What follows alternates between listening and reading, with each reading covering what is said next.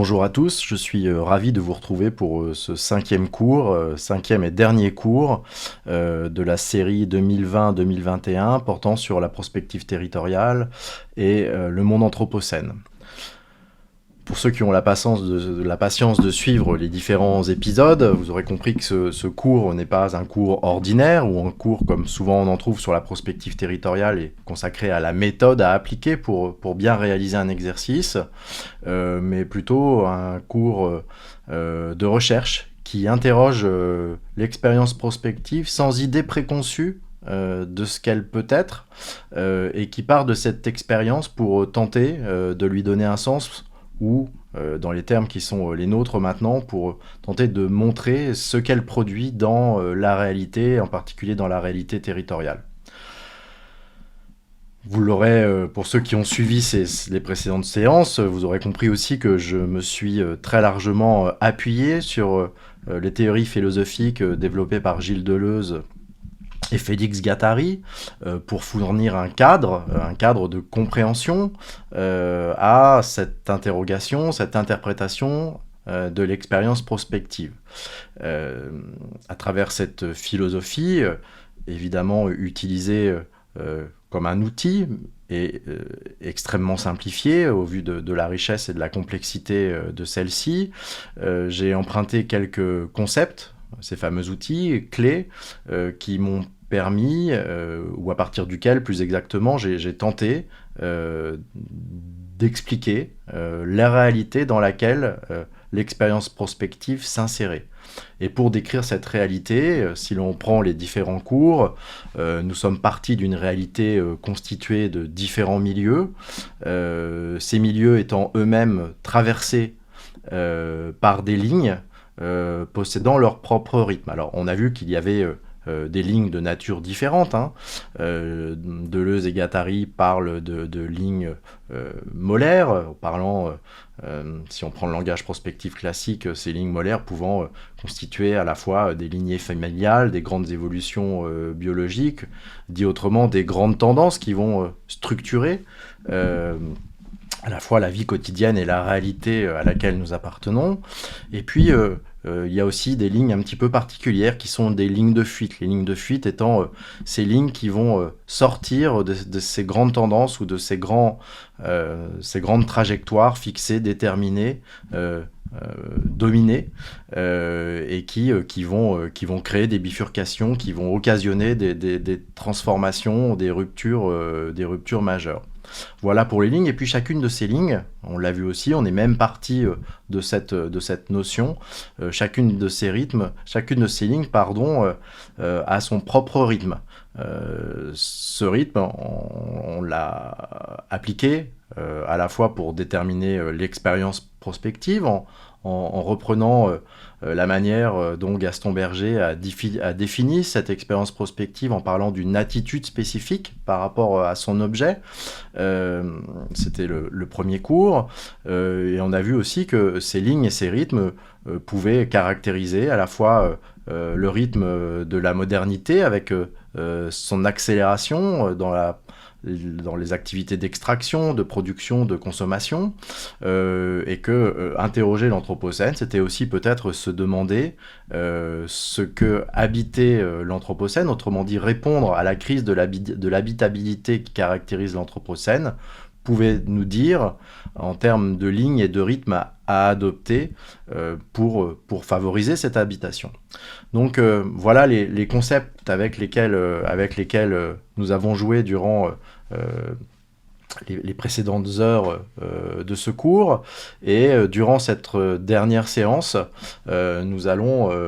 je vais tenter de faire atterrir cette réflexion en bouclant la boucle, si j'ose dire, et en allant chercher les deux derniers concepts qui me paraissaient particulièrement intéressants dans les propositions de Gilles Deleuze et de Guattari, et de Félix Guattari, qui portent sur les agencements et les machines. Donc ce dernier cours, c'est à la fois une réflexion sur ces deux concepts, et puis la manière dont cet ensemble de concepts déjà mentionnés permet de proposer une autre lecture de l'expérience prospective. Pour commencer, je vous propose de repartir finalement du texte que je vous ai présenté durant la dernière séance, mais sur lequel nous n'avons pas eu le temps de nous appesantir, qui est ce texte consacré aux agencements. Nous sommes allés des forces du chaos aux forces de la Terre, des milieux au territoire, des rythmes fonctionnels au devenir expressif du rythme, des phénomènes de transcodage aux phénomènes de décodage, des fonctions de milieu aux fonctions territorialisées. Il s'agit moins d'évolution que de passage, de pont, de tunnel. Déjà, les milieux ne cessaient pas de passer les uns dans les autres, mais voilà que les milieux passent dans le territoire. Les qualités expressives, celles que nous appelons esthétiques, ne sont certes pas des qualités pures, ni symboliques, mais des qualités propres, c'est-à-dire appropriatives, des passages qui vont de composantes de milieu à des composantes de territoire. Le territoire est lui-même lieu de passage. Le territoire est le premier agencement. La première chose qui fasse agencement. L'agencement est d'abord territorial. Mais comment ne serait-il pas déjà en train de passer en autre chose, dans d'autres agencements ? C'est pourquoi nous ne pouvions pas parler de la constitution des territoires sans parler déjà de son organisation interne. Nous ne pouvions pas décrire l'infra-agencement, affiche et pancarte, sans être déjà dans l'intra-agencement, motif et contrepoint. Nous ne pouvons rien dire non plus sur l'intra-agencement sans être déjà sur la voie qui nous mène à d'autres agencements, ou ailleurs. Passage de la ritournelle. La ritournelle va vers l'agencement territorial, s'y installe et en sort. En un sens général, on appelle ritournelle tout ensemble de matières d'expression qui tracent un territoire et qui se développent en motifs territoriaux, en paysages territoriaux. Texte donc extrait de 1000 plateaux, toujours du chapitre de la ritournelle, texte toujours difficile, riche, complexe, mais qui, j'espère, avec l'habitude de la fréquentation de cette œuvre de Deleuze et Guattari, en devenant familière, devient aussi peut-être un peu plus explicite. Que retenir de ce texte ? Ou qu'est-ce qui m'intéresse dans ce texte sur lequel j'aimerais attirer votre attention ? Peut-être partir de la fin de celui-ci, de la ritournelle. Vous vous rappelez, nous avons commencé ce cours en parlant de la ritournelle et puis en réfléchissant à l'image proposée par Deleuze de l'enfant qui s'engage sur un chemin et qui, en s'engageant sur ce chemin, faisait territoire. Comment fait-il territoire ? Il fait territoire, d'une part, en produisant le chemin lui-même, c'est-à-dire en occupant l'espace, en habitant l'espace, en l'organisant en fonction de la trajectoire qu'il produit, en l'organisant en fonction de ses besoins, en fonction de l'avancée qui est la sienne. En langage plus commun, on pourrait dire que ici le territoire est la résultante de la manière dont l'enfant, en avançant, le construit, physiquement, matériellement. Dans la philosophie de Deleuze, cette distinction entre ce qui serait de l'ordre du matériel et du symbolique ne vaut pas. Nous sommes dans une pensée horizontale, matérialiste, et il n'y a pas de raison d'attribuer une valeur différente à ces deux genres, ces deux domaines que d'habitude on distingue. Donc la deuxième dimension, qui ne diffère pas en nature et que mettent en avant Deleuze et Guattari pour parler de la fabrication du territoire, c'est la ritournelle champ. Autrement dit, ce que en langage ordinaire, on appellerait ce qui relève du symbolique ou du sensible, le fait de produire des symboles qui vont marquer le territoire. Lorsque l'enfant avance, il y avait donc à la fois la construction de chemins physiques, matériels, dont on a parlé, mais il y a en même temps ce champ qui le rassure et surtout cette forme d'expression qui le signale, qui signale son activité, qui signale sa manière d'habiter l'espace aux autres entités qui le composent. De la même manière, c'est cette même expression que reprend Deleuze dans ce terme, en soulignant qu'il y a bien, d'une part, des motifs, des paysages qui seraient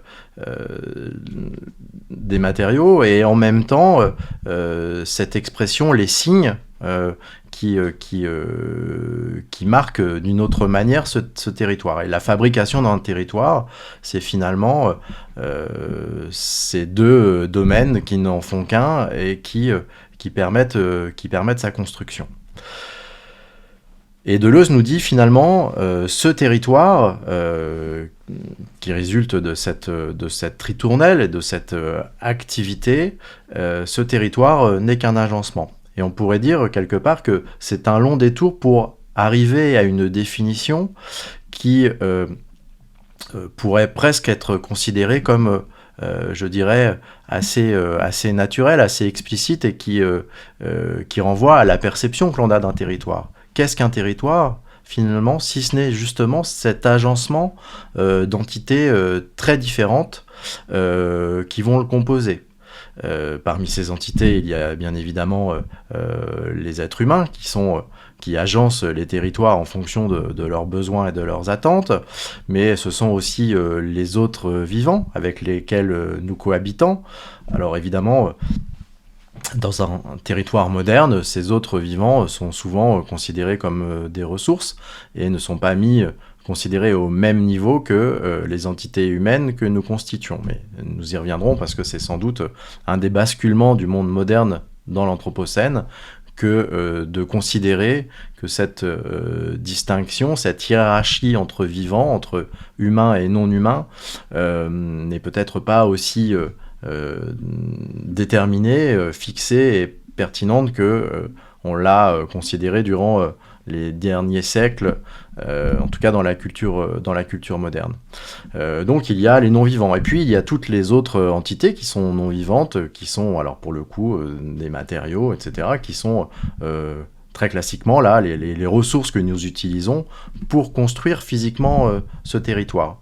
Et puis parmi les autres entités, parce qu'il n'y a pas de territoire, alors en général les termes que l'on emploie c'est identité, c'est culture, c'est atmosphère, c'est paysage, autrement dit, et puis c'est évidemment tous les discours qui vont accompagner la construction d'un territoire, ce qui relève du symbolique. Donc le territoire, c'est aussi toute cette dimension sensible et symbolique qui, avec les dimensions matérielles et physiques, forme un agencement, et chaque territoire finalement peut être caractérisé par des agencements singuliers.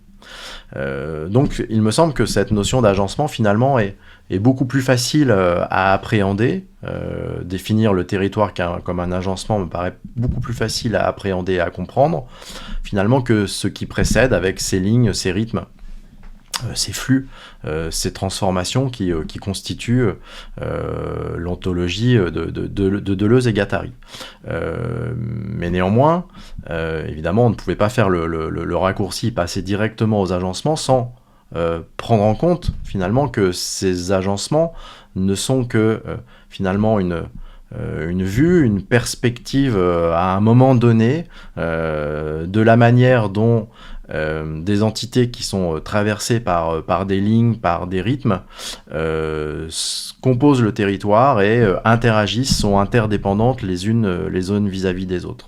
Donc considérer que le territoire est un agencement aurait eu pour inconvénient, certes, de nous donner une clé d'analyse de cet objet, mais en même temps d'en faire une entité fixe qui n'évolue pas, alors que par ailleurs l'agencement n'est toujours que la partie finale présente de transformations en cours et qui évolue en permanence avec des rythmes entre des milieux qui sont toujours en cours d'évolution. La philosophie de Deleuze est une philosophie du devenir et non pas de l'être, et il paraissait de ce point de vue extrêmement important de ne pas perdre de vue et de bien prendre en compte l'ensemble de ces concepts qui nous permettent de considérer le territoire, non pas comme on le fait peut-être classiquement en géographie, comme une entité déterminée, figée, qui évolue peu,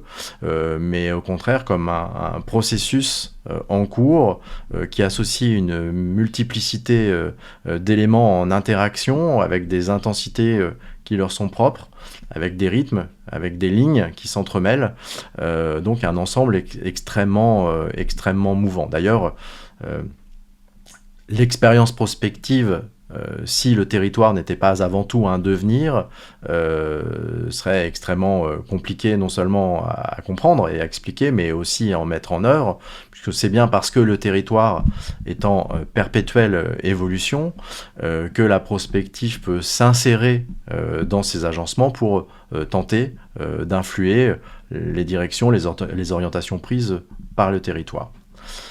Voilà pour ce texte. Et puis je vous propose, et ce sera le dernier, peut-être cela vous rassurera-t-il, je vous propose tout de suite d'enchaîner sur un second texte qui va nous permettre de mettre en scène le dernier concept que je voulais mobiliser, à savoir le concept de machine. C'est que l'agencement territorial n'est pas séparable des lignes ou coefficients de déterritorialisation, des passages et des relais vers d'autres agencements. Chaque fois qu'un agencement territorial est pris dans un mouvement qui le déterritorialise, dans des conditions dites naturelles ou au contraire artificielles, on dirait que se déclenche une machine. C'est même la différence que nous voudrions proposer entre machine et agencement. Une machine est comme un ensemble de pointes qui s'insère dans l'agencement en voie de déterritorialisation pour en tracer les variations et mutations. Car il n'y a pas d'effet mécanique. Les effets sont toujours machiniques, c'est-à-dire dépendants d'une machine en prise sur l'agencement et libérés par la déterritorialisation. Ce que nous appelons énoncés machiniques, ce sont des effets de machine qui définissent la consistance ou entrent les matières d'expression. De tels effets peuvent être très divers, mais ne sont jamais symboliques ou imaginaires, ils ont toujours une valeur réelle de passage et de relais. En règle générale, une machine se branche sur l'agencement territorial spécifique et l'ouvre sur d'autres agencements.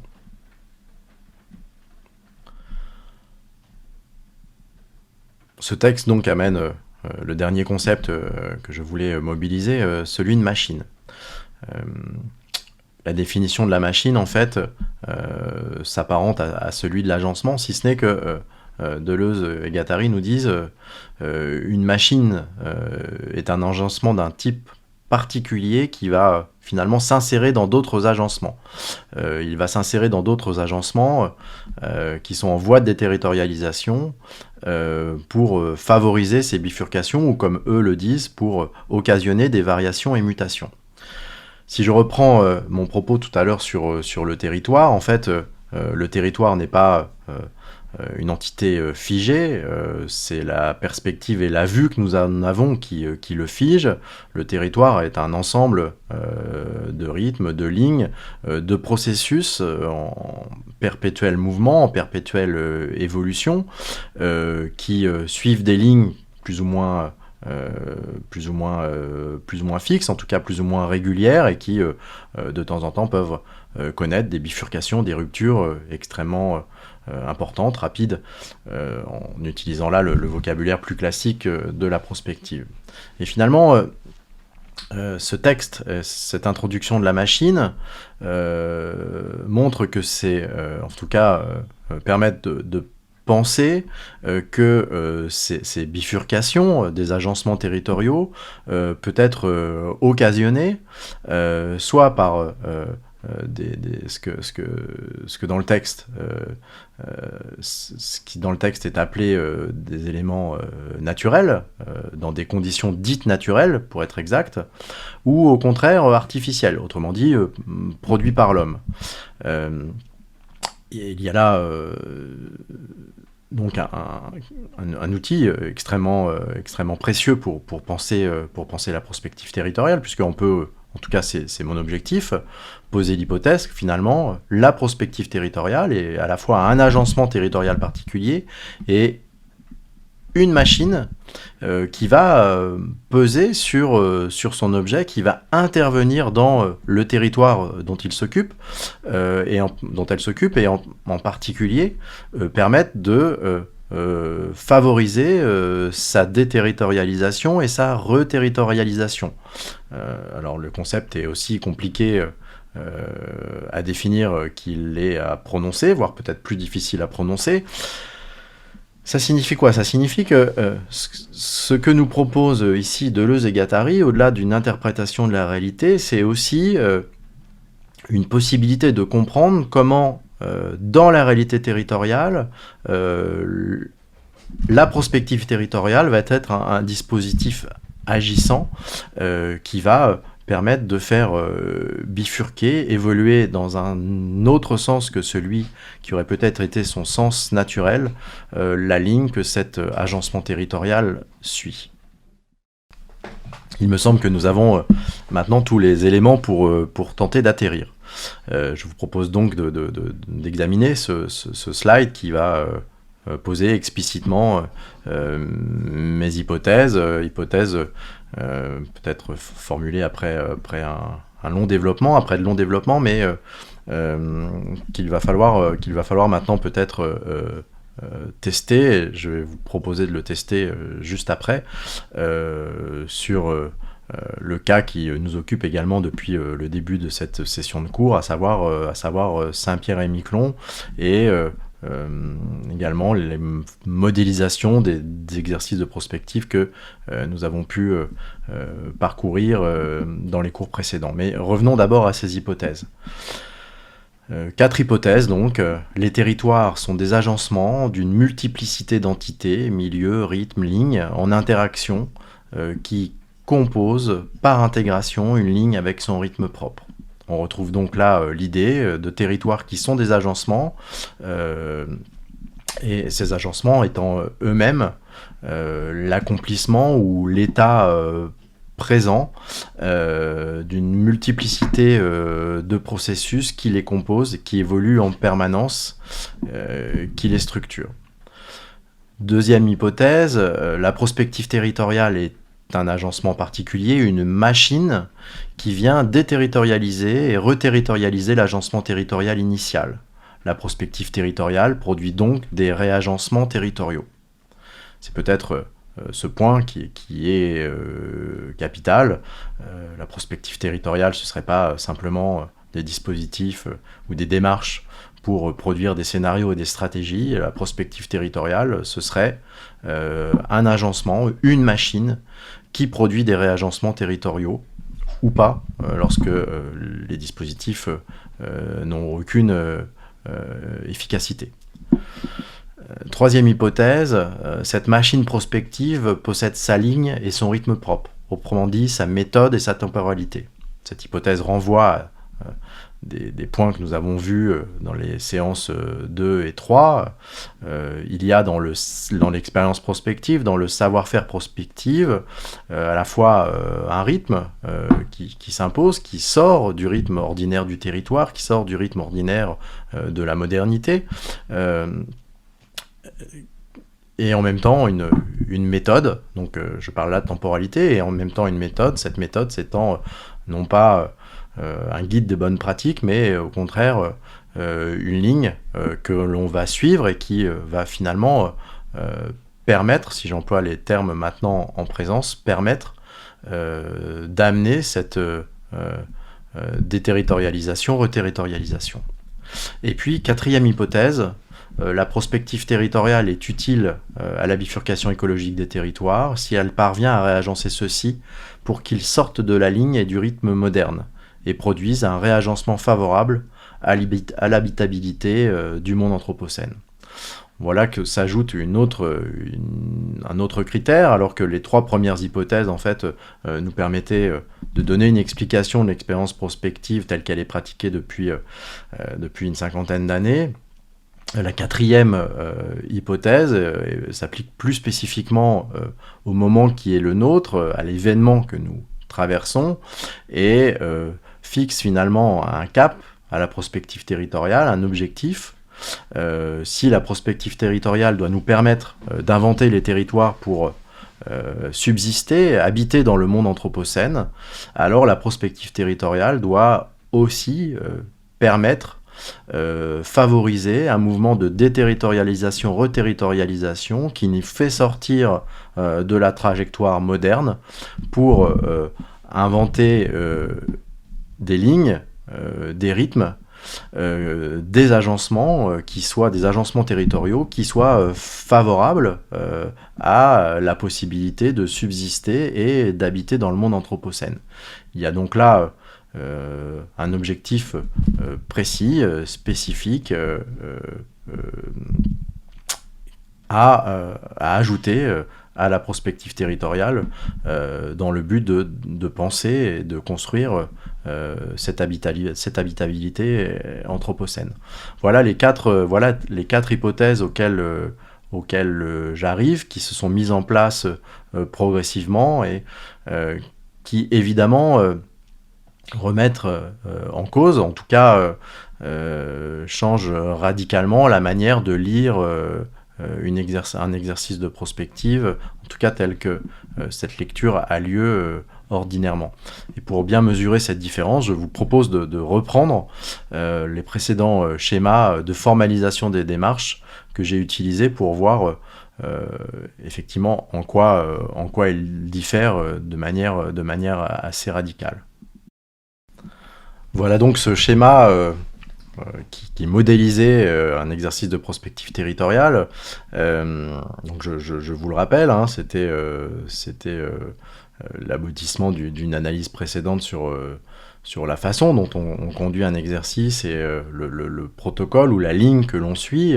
Donc on part d'un problème, et puis à partir de ce problème constaté dans le territoire, on essaye d'élaborer un diagnostic, un état des lieux. Ce diagnostic, vous vous rappelez, doit être diachronique, c'est-à-dire qu'il va prendre en compte à la fois la situation présente, mais en même temps considérer la trajectoire qui a été suivie, les évolutions, les transformations, tout ce qui a contribué à cette situation. Donc en portant un regard rétrospectif sur l'histoire du territoire et ce qui l'a amené à la situation présente.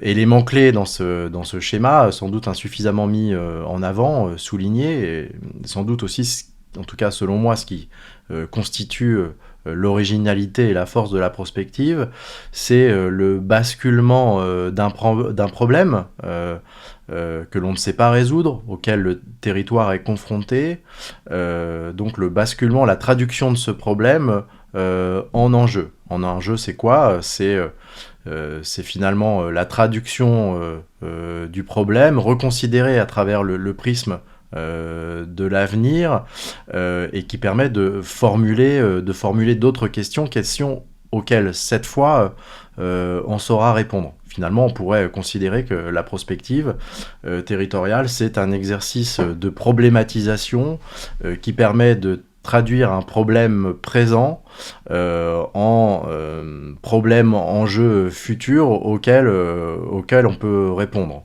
Sachant que cette exploration qui apparaît dans le schéma du futur, qui permet de formuler ces enjeux, autrement dit, la prise en considération de ces avenirs possibles,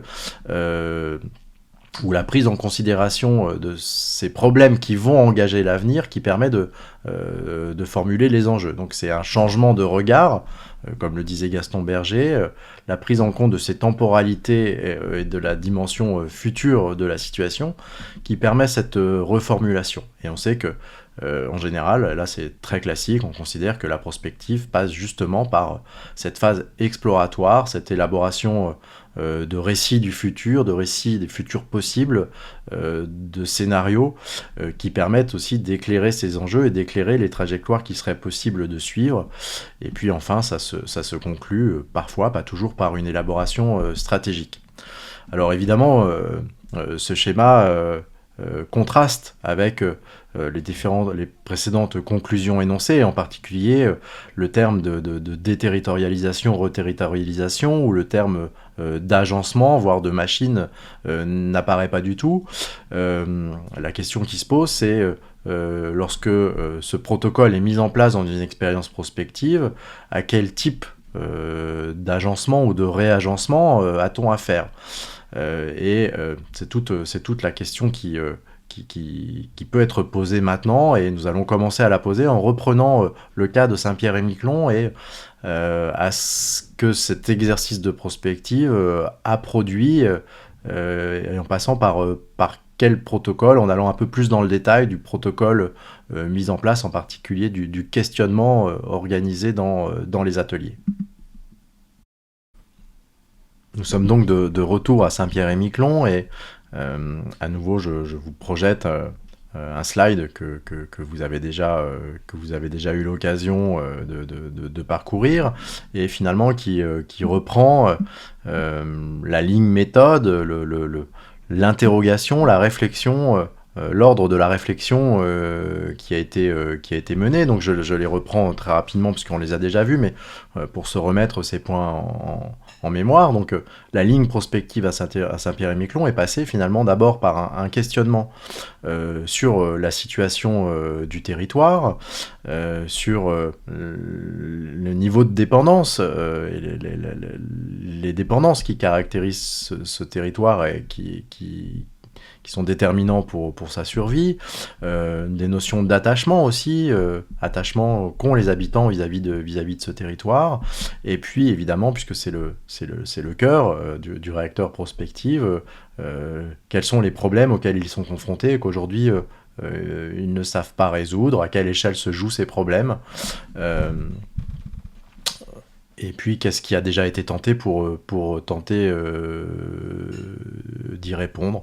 Et puis, enfin, une tentative aussi de situer ces problèmes, de les incarner à travers des lieux concrets lorsque cela est possible. Et on verra que ce travail de localisation a joué un rôle dans l'approche parallèle d'enquête et d'investigation photographique, mais j'y reviendrai. La deuxième partie était plus consacrée cette fois à la rétrospective, et l'investigation historique devait permettre de comprendre comment on arrivait à cette situation. Donc c'est aussi tout ce travail qui finalement a permis de conclure à la situation extrêmement anthropocénique du territoire de Saint-Pierre-et-Miquelon. Je le disais, c'est quasiment un territoire archétypal, puisque c'est un territoire qui adopte une trajectoire, une ligne de développement moderne, à tel point poussée à l'extrême qu'elle conduit à la disparition de poissons et à la perte de stock halieutique sur lequel reposait le développement de l'île, et sans lequel en fait ce développement ne peut plus se faire, ou en tout cas n'aurait pu plus se faire sans l'aide continue depuis 30 ans de l'État français qui abonde les finances territoriales pour maintenir, rendre possible encore l'habitation de cet espace. Donc ce regard rétrospectif raconte cette histoire et permet de comprendre aussi la nature du problème. Et puis enfin, c'est ce troisième point, le regard prospectif et l'énoncé des enjeux. Qu'est-ce qui engage réellement l'avenir en prenant en compte un point de vue diachronique, les grandes lignes qui traversent le territoire et qui risquent de se poursuivre avec leurs inerties, avec leur profondeur, et puis qu'est-ce qu'il est aussi possible de faire, cette possibilité de faire étant liée à la fois à la compréhension, aux représentations qu'ont les acteurs de les territoires, à leur capacité de s'allier, de construire des collectifs, et puis à la possibilité aussi d'imaginer des actions qui leur permettent, d'avancer. À nouveau, si on reprend les termes proposés, on a bien là un schéma de réflexion, une ligne qui caractérise un problème et qui est finalement déjà l'amorce d'une déterritorialisation, puisque le problème c'est un obstacle sur la trajectoire de réalisation du territoire. Donc on est dans la déterritorialisation dont parlent Deleuze et Guattari, et la réflexion prospective en fait tente l'exercice hautement acrobatique d'imaginer d'autres trajectoires possibles, donc de proposer et de construire des processus de reterritorialisation. Il y a là donc dans la machine prospective, en tout cas tel que c'est présenté là, un mode de travail réflexif, donc un réagencement cognitif qui est à minima proposé à travers cet exercice. Nous n'avions pas eu l'occasion de le faire, donc je vais juste très rapidement descendre un petit peu plus dans le détail et vous montrer aussi la manière dont les ateliers qui ont composé cette démarche, en plus des entretiens et de l'investigation photographique, ont fonctionné, mais très rapidement, et pour que vous disposiez de ces éléments pour mieux comprendre dans le détail le protocole qui a été déployé. Donc voici le questionnement qui a été mis en œuvre dans l'atelier 1. Alors en fait, toute l'interrogation rétro-prospective en fait, a plutôt été traitée durant les entretiens bilatéraux et l'analyse documentaire. Et finalement, dans l'atelier 1, le souci était marqué d'entrer très rapidement dans la relation qu'avaient les Saint-Pierre et Miquelonais à leur territoire et finalement à eux-mêmes. L'idée était le plus rapidement possible aussi de travailler ces attachements et non pas simplement d'aller chercher des matériaux, on dirait de connaissances, mais aussi qu'à travers cet atelier, il y ait une expérience collective qui porte sur les idées, mais qui porte aussi sur la dimension affective sensible que ceux-ci entretenaient au territoire. Le questionnement lui-même, mais j'ai déjà eu l'occasion d'en parler, n'est pas forcément classique dans la prospective territoriale, puisque reprend certaines des questions proposées par Bruno Delatour dans Où atterrir, et au-delà, à la place même des mots classiques de quels sont les facteurs de changement, quels sont les acteurs qui comptent, etc. On est beaucoup plus dans une interrogation sur les formes de dépendance du territoire, la dépendance à la fois de qui dépendez-vous, donc aux acteurs ou aux autres entités, en l'occurrence dans un territoire insulaire qui pour survivre dépend quasiment exclusivement en grande partie de ses importations, évidemment énergétiques, en biens de consommation, nourriture, etc., ou pour l'accès à des services de soins, de formation, d'éducation. Bien évidemment, cette question de la dépendance est extrêmement prégnante. Donc, partir sur la dépendance, c'est aussi faire prendre conscience qu'un territoire, et en particulier un territoire comme Saint-Pierre-et-Miquelon, n'est jamais coupé du monde, n'est jamais isolé et dépend pour vivre de la manière dont son niveau d'interdépendance, dont son interdépendance avec le reste du monde se joue. Autre axe extrêmement important, donc cette question des liens, des attachements, liens entre Saint-Pierre et Miquelonais. On sait qu'il y a une culture forte et en même temps que de grandes tensions, un esprit de collectivité ou de collectif extrêmement prégnant. On se revendique Saint-Pierre et Miquelonais et on a l'impression d'appartenir à un collectif extrêmement soudé, et en même temps un collectif soudé mais aussi divisé, tant par les épreuves qu'il a rencontrées ou dans son rapport aux épreuves qu'il a rencontrées que par ce qu'il faudrait faire à l'avenir. Beaucoup de Saint-Pierre et Miquelonais disant que c'est sans doute aussi... il y a là des blocages qui sont à la fois source et produisent ces divisions, les alimentent.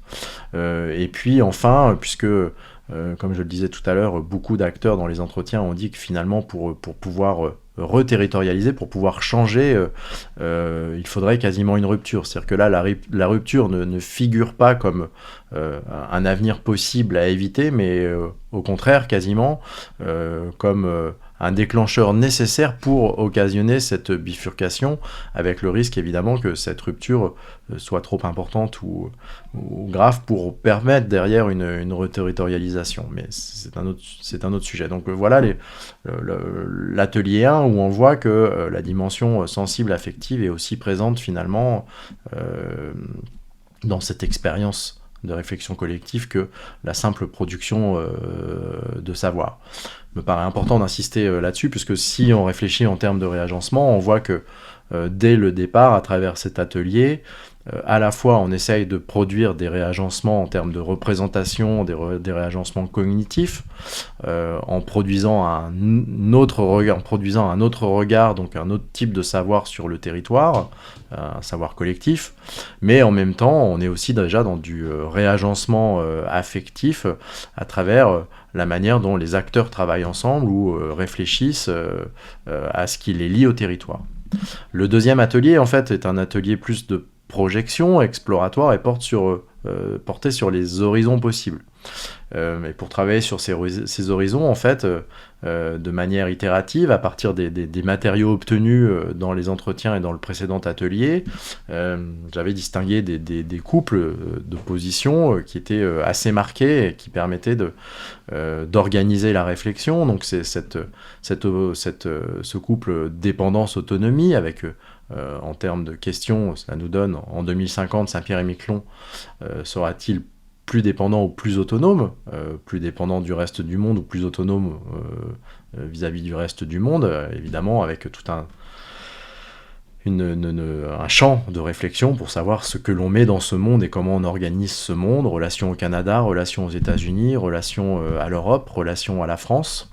Autre couple heuristique, cohésion, division. En 2050, Saint-Pierre et Miquelon sera-t-il plus unis ou plus divisé ?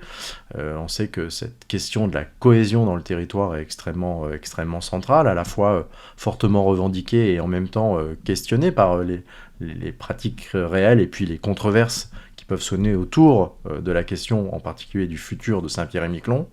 Et puis, je ne vais pas rentrer dans le détail, mais d'autres couples qui étaient assez intéressants à mettre en œuvre. Consomption-régénération, dans un territoire qui finalement a construit son modèle de développement sur une logique d'épuisement des ressources locales, maintenant que ces ressources sont épuisées, en tout cas celles qui jusqu'à présent étaient considérées comme des ressources. Comment construit-on le développement ? Est-ce qu'on poursuit la consomption de ces ressources en diversifiant par exemple les poissons pêchés, mais avec le risque d'aboutir au même résultat, ou est-ce qu'on rentre dans des logiques de régénération, d'engendrement, pour parler comme Latour ? Fermeture-ouverture, est-ce que demain l'avenir de Saint-Pierre et Miquelon en 2050, ça passe par une forme de posture réactionnaire, souverainiste, qui consisterait à un repli sur soi et à un enfermement, ou au contraire, est-ce qu'on est encore dans une logique d'échange avec l'extérieur ? Et puis enfin, l'articulation publique-privée en 2050, Saint-Pierre et Miquelon aura-t-il ou non opter pour le collectivisme ou miser sur la sphère privée. Bon, on voit des questions à la fois très tranchées, mais qui permettent d'organiser la réflexion et de penser ces horizons possibles. À chaque fois, là, l'idée, le travail, c'est de se dire, en 2050, sur ce champ d'opposition-là, qu'est-ce que vous imaginez qu'il est possible de réaliser ou d'obtenir ? Et puis enfin, troisième et quatrième atelier où on bascule à proprement dit, toujours en travaillant à partir des matériaux obtenus précédemment, de manière itérative sur l'élaboration de scénarios, où on va retrouver certains champs, certaines dimensions, capital social et coopératif, capacité d'accueil, patrimoine culturel et environnemental, autonomie, création de valeur économique, positionnement régional, modèles sociaux institutionnels, aménagement et cohésion. Donc des catégories qui ne sont pas déterminées à l'avance, mais qui sont construites à partir des matériaux obtenus et qui vont être croisées en fait avec des couples de ruptures qui ont été proposées et jugées déterminantes par les habitants pour penser l'avenir de cette île. Rupture démographique et écologique d'un côté, rupture écologique et financière de l'autre, et rupture financière et écologique. La rupture écologique, c'est l'incidence du changement climatique, de la perte de biodiversité, les risques de submersion, de tempêtes. Finalement, en quoi l'entrée dans l'Anthropocène, le changement climatique et toutes les manifestations qui l'accompagnent risquent de rendre inhabitable ce territoire. Rupture démographique parce que les jeunes souhaitent partir et on constate une baisse et un vieillissement de la population, et puis rupture financière, le territoire étant complètement dépendant des ressources allouées par l'État. Si celles-ci en venaient à baisser, dans quelle mesure le territoire pourrait-il continuer à vivre sur le même rythme ou tout simplement à vivre tout court. Et puis c'est le croisement de ces ruptures et de ces dimensions d'analyse de la situation territoriale présente et future débouche sur trois scénarios intitulés l'île société coopérative locale, l'île conservatoire naturo-culturel touristique et l'île plateforme économique régionale. On va pas rentrer dans les détails des scénarios, même si par ailleurs je vais vous présenter le plan du rapport. Ce rapport est consultable, donc je vous invite, si cela vous intéresse, à aller le voir. Là, l'idée est bien de montrer les ressorts qui ont été utilisés pour mener cette réflexion, et puis aussi pour montrer que la manière même de poser les questions ne renvoyait pas qu'à une dimension cognitive, mais bien aussi à une dimension affective et aux liens qui pouvaient se nouer entre les acteurs qui participaient à ces ateliers. Tout ce travail en immersion, donc entretien, atelier, débouche au final sur un livrable, hein, comme classiquement dans les démarches de prospective, même si on voit qu'à travers le livrable finalement n'est pas livrable, ou autrement dit le livrable n'est pas le résultat, hein, de la démarche de prospective, même si évidemment la plupart du temps on l'entend comme ça. Le livrable de la démarche de prospective, ce serait, avec notre nouvelle grille de lecture, la manière dont cette machine permettrait de produire un réagencement territorial plus viable. Donc finalement, le livrable n'est pas la finalité, le livrable classique n'est pas la finalité, le livrable n'est que un type de rendu particulier, un moment particulier dans ce processus, dont le seul intérêt est finalement d'avoir une inefficacité. Donc le premier livrable qui était rendu, vous avez là le sommaire qui s'affiche à l'écran, et sans surprise, vous retrouvez les éléments qui ont été travaillés, la situation, les dépendances, les attachements, les controverses, tout ce qui pose problème dans la sphère publique et dans le débat public à Saint-Pierre-et-Miquelon, et qu'on n'arrive pas à dépasser, et puis les horizons qui ont été envisagés, ceux dont j'ai parlé, et puis un quatrième horizon, finalement, un quatrième scénario qui a été produit avec les élèves du lycée, et qui, eux, finalement, étaient beaucoup moins non pas constructifs, mais positifs dans leur vision de l'avenir, et n'imaginaient pas autre chose qu'un effondrement pour le territoire et un départ de celui-ci. Donc assez classiquement, on retrouve ces matériaux, et puis parallèlement à ce livrable, à l'élaboration de ce rapport, il y avait une investigation philosophique qui vient compléter ce travail, en revendiquant là explicitement une dimension beaucoup plus sensible, donc en jouant sur les registres artistiques et culturels, pour à nouveau tenter de provoquer un effet qui serait complémentaire à l'effet de changement de représentation, de travail cognitif proposé, je dirais, par le travail relativement habituel. Et pour vous présenter ce travail, je vais simplement vous projeter un film photographique qui en était tiré, sachant que l'ensemble de ces matériaux sont accessibles sur mon site internet, et la référence sera présente sur le PowerPoint qui accompagnera le film de ce cours.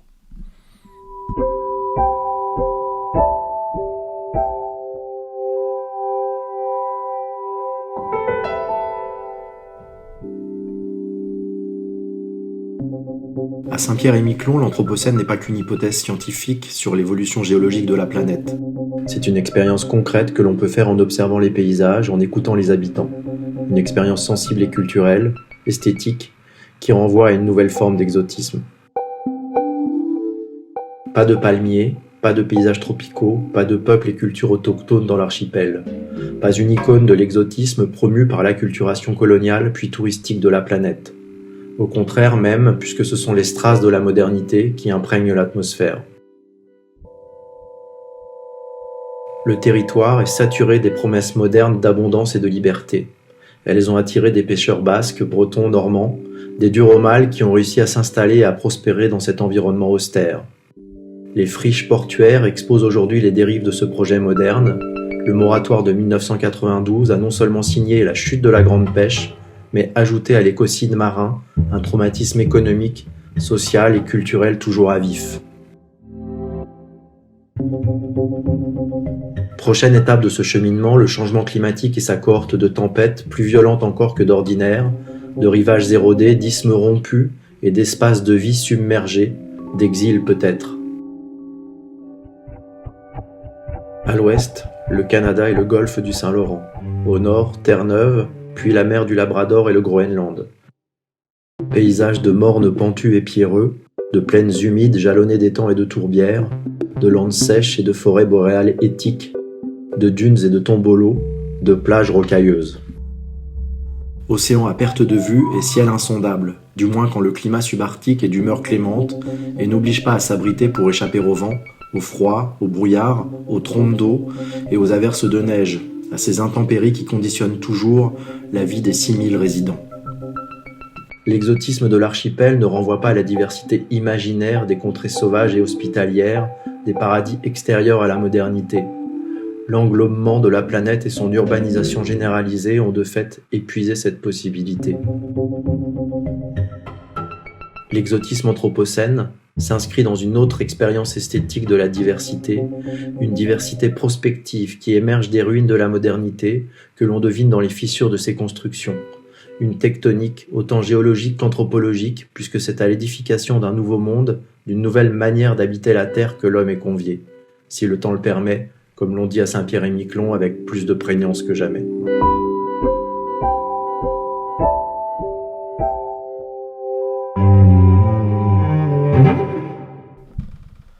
Deux livrables donc de nature très différente. Le premier de facture assez classique, même si par ailleurs la réflexion, le questionnement, le protocole se distinguent avec cette insertion des modes de questionnement proposés par Bruno Latour, et puis un deuxième livrable qui lui est beaucoup plus original, en tout cas qui l'on trouve dans peu de démarches prospectives, et qui fait sienne l'idée ou l'hypothèse selon laquelle si l'on considère les démarches de prospective ou les dispositifs de prospective comme des machines de réagencement territorial, le fait de travailler sur la sphère cognitive, le débat public, mais également sur les dimensions affectives, donc esthétiques, joue un rôle important. On peut même évidemment imaginer, c'est en tout cas le postulat qui est le mien, que une prospective territoriale qui opérerait le basculement dans l'anthropocène et favoriserait son habitabilité oblige non seulement à avoir des réflexions classiques, mais en même temps à mobiliser tous les leviers à notre disposition, en particulier le levier esthétique et culturel, parce que ce qu'il s'agit de mettre en œuvre, c'est bien une transformation anthropologique qui concerne l'ensemble des dimensions humaines et pas simplement l'intelligence, le langage ou autrement dit ce qui relève de l'analytique et du cognitif. Si le schéma en fait reprend ces différentes dimensions de la ligne prospective de Saint-Pierre-et-Miquelon, et on voit bien que entre les entretiens individuels, les ateliers collectifs, les investigations photographiques et la mise dans le débat public sous forme de conférences, de débats, mais aussi d'expositions, manifeste la volonté d'activer plusieurs leviers de réagencement. Autre schéma, autre manière de lire ce dispositif de prospective, en fait, avec non pas un changement d'échelle, mais finalement un passage du protocole au dispositif. Ou dit autrement, le protocole, c'est l'agencement prospectif qui est mis en œuvre pour produire du réagencement, et puis en allant vers le dispositif, on donne à voir la machine, puisque finalement, un travail de prospectif, ce n'est pas qu'un protocole de réflexion qui est mis en œuvre, réflexion dans tous les sens du terme d'ailleurs, si on considère la dimension esthétique, mais c'est aussi un agencement d'acteurs qui ont des finalités, ce protocole, des livrables, des rendez-vous à respecter, des alliances à passer, etc., etc. Autrement dit, un véritable agencement, pour reprendre le terme de Deleuze et de Guattari, et ce schéma représente finalement cette machine prospective. Alors, on peut évidemment considérer qu'on joue sur les mots, puisque cette machine prospective s'apparente quand même beaucoup à un dispositif politique. Et on va retrouver l'intention initiale, à savoir provoquer à travers un changement de représentation ce sursaut collectif pour que les forces vives du territoire trouvent une ligne qui puisse leur permettre de vivre ce territoire dans le monde anthropocène. Donc c'est un objectif. On voit en dessous la question du problème dont on a très largement parlé, la question du public qui est mobilisé, et puis du protocole. Alors c'est vrai que ce sont des dimensions, en particulier publiques, sur lesquelles on n'est pas beaucoup revenu, mais ont été associés des habitants, des acteurs publics, des acteurs privés, des pêcheurs, des scientifiques, des acteurs associatifs, des artistes, des gens donc au profil très varié, non pas pour être représentatifs de la population, mais pour avoir un échantillon de personnes qui sont à la fois volontaires pour travailler sur ces questions, donc de bonne volonté, bienveillants, et en même temps avec une diversité de points de vue qu'il est intéressant de mobiliser. Vous reconnaîtrez dans ce schéma une autre référence sur lequel il faudrait beaucoup plus revenir, mais qui travaille ma réflexion sur la prospective.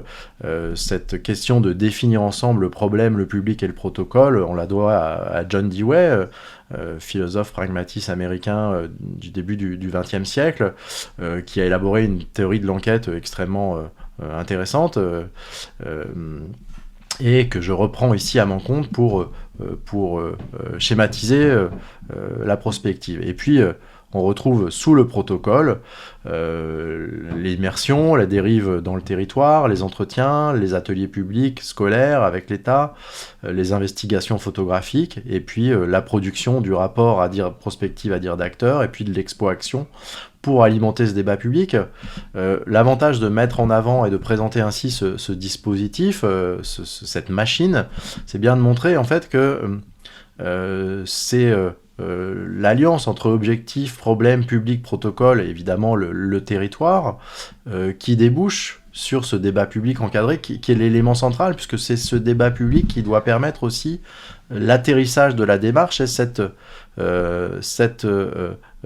réagencement. On est là sur un réagencement qui ne vise pas à faire un projet de territoire, à réaménager concrètement le territoire, mais simplement à construire, à ouvrir un espace de dialogue dans la sphère publique qui permet à un collectif d'acteurs de prendre conscience collectivement des enjeux qui engagent l'avenir de son territoire et de la vie dans cet espace, et derrière pour effectivement rentrer dans un dispositif de prospective peut-être plus classique dans ses finalités, à savoir si on est d'accord et on a une expérience commune qui nous donne envie d'aller plus loin pour penser le futur, alors le moment sera venu de se mettre dans ce travail.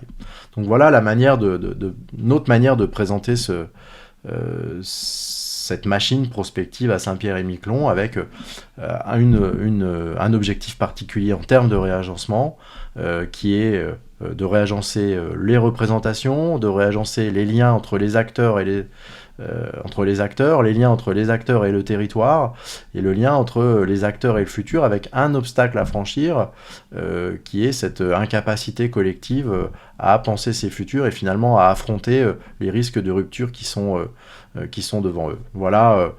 Alors évidemment, les catégories que je vous ai proposées, agencement, etc., fonctionnent bien ici. Il faudrait les tester sur d'autres démarches existantes. C'est tout le travail scientifique de test d'une hypothèse, mais là, en l'occurrence, les hypothèses ont été co-construites de manière itérative entre cette expérience de Saint-Pierre-et-Miquelon et une manière de la lire dont on a déjà largement parlé. Si maintenant nous mettons de côté le cas Saint-Pierre-et-Miquelon pour monter en généralité, comment représenter cette machine prospective? Vous vous rappelez le schéma assez classique sur lequel nous avons déjà abondamment discuté et qui montait cette ligne méthode prospective. En réintroduisant la notion de machine et d'agencement, en prenant en compte la notion toujours de ligne et de rythme, voilà peut-être à quoi l'on pourrait arriver avec les lignes et le rythme territoriaux qui sont nos points d'entrée, la confrontation à un problème, la définition problème public protocole, donc que l'on doit à John Dewey dont je viens juste de vous parler, et puis cette espèce de boîte noire de la machine prospective elle-même avec cette boucle de rétroaction qui passe par la formule d'enjeu et puis qui doit déboucher sur d'autres lignes territoriales. Donc cette boîte noire, en fait, c'est la boîte noire à réagencement. Alors il faut s'interroger sur la nature des réagencements, par quoi ils passent. Est-ce qu'ils sont uniquement cognitifs? Est-ce qu'ils sont esthétiques, comme l'expérience tentée à Saint-Pierre-et-Miquelon l'illustre? Est-ce qu'ils passent par d'autres leviers qui restent à étudier? En tout cas, il me semble qu'on a là un schéma très différent pour penser la prospective et qui illustre finalement ce que serait la finalité ou la raison d'être de la prospective, à savoir une machine qui intervient sur une ligne des rythmes territoriaux pour déterritorialiser et reterritorialiser ceci, avec dans la boîte noire ce passage par la réflexion sur le futur et le basculement de problématiques à enjeux permis par l'association d'un public et la mise en œuvre d'un protocole particulier. Alors on s'aperçoit là que la ligne de sortie est parallèle. Bon, elle aurait pu être non pas parallèle, mais en tout cas elle n'est pas au même niveau, elle n'est pas dans la continuité de la ligne d'entrée, ce qui illustre là un exercice qui aurait une efficacité certaine puisqu'il permettrait ce changement de ligne, ce changement de rythme. Et puis dernier schéma qui conclura ce cours, à nouveau pour tenter de revenir sur cette ligne méthode prospective et plus particulièrement pour définir ce que serait une prospective anthropocène. Donc je reprends certains des termes que l'on a vus et qui nous ont mobilisés. On est d'une part à gauche au croisement, à l'intersection de plusieurs champs, comme le territoire est à l'intersection, à la réunion de plusieurs milieux. Là, en l'occurrence, la prospective anthropocène serait au croisement des champs du politique, du scientifique, du pragmatique, autrement dit du champ de la connaissance, de savoir, de l'action. On pourrait aussi ajouter dans ce champ le champ de l'artistique, que je n'ai pas mentionné là, mais qui aurait toutes les raisons d'y être, selon moi en tout cas. À droite, là, on retrouve le dispositif ou la machine prospective avec ce cadran objectif, public, protocole, problème, qui doivent a priori se définir en même temps, ce qui aussi justifie le fait ou rend nécessaire le fait que tout dispositif soit strictement adapté à la situation territoriale rencontrée, parce que c'est bien la manière de définir ensemble l'objectif du dispositif de la machine prospective, le problème, le public et le protocole qui font qu'un dispositif prospectif pourra être efficace ou pas. Et puis derrière, cette prospective anthropocène, ça se traduit par puisque justement il s'agit d'habiter l'anthropocène, obligatoirement par un processus de bifurcation écologique construit de manière démocratique. C'est aussi la caractéristique de la proposition de John Dewey que de penser que l'enquête est forcément scientifique et démocratique en même temps, et qu'on ne peut pas déconnecter les deux. Et ce processus démocratique de bifurcation écologique se manifeste par un régime d'attention particulier. On en a discuté en parlant de Gaston Berger. C'est à la fois la prise en compte d'une incertitude majeure, du futur du temps long, la prise en compte de la vulnérabilité qui est, si ce n'est le propre de l'Anthropocène, en tout cas qui prend une ampleur dans l'Anthropocène qu'on avait peut-être oublié ou tenté d'oublier dans la modernité. C'est la prise en compte d'un régime de dépendance et d'attachement qui nous vient du questionnement de Latour. Au-delà de ce régime d'attention, la prospective anthropocène, c'est donc un travail de réagencement qui produit donc à la fois un mouvement de déterritorialisation, reterritorialisation, et ces réagencements peuvent être de nature différente. Ils peuvent être évidemment cognitifs, mentaux, ils peuvent être liés au savoir, ils peuvent être liés au sentiment, à l'affectif, ils peuvent être politiques, ils peuvent être culturels, ils peuvent être anthropologiques, économiques, géographiques. À nouveau, il semble que la prospective anthropocène, en fait, ne peut pas choisir dans ces types de réagencement, mais au contraire va devoir, alors que la prospective traditionnelle est plutôt sur un réagencement cognitif, politique, et relevant de la praxis, il semble que la prospective anthropocène doit gagner en profondeur et produire des réagencements qui sont d'une autre ampleur, mentaux, psychologiques, anthropologiques. Je renvoie là, par exemple, au magnifique petit texte de Félix Guattari sur les 3 écologies. On ne peut pas distinguer les écologies techniques, politiques, de l'écologie mentale. Et le basculement dans l'Anthropocène, c'est sans doute la prise en compte de cette dimension qui en général est plutôt absente des démarches de prospective. Et puis enfin, la prospective anthropocène, c'est donc un processus de reterritorialisation. Ce processus de reterritorialisation devant permettre l'habitabilité dans le monde anthropocène qui est le nôtre, et qui passe par peut-être un élargissement démocratique, de nouvelles normes de justice, une meilleure gestion des interdépendances, et puis il apparaît souligné un mode et un régime de cohabitation avec l'ensemble des entités qui peuplent la planète et les territoires sur lesquels on travaille, à reconsidérer, mais c'est un autre sujet.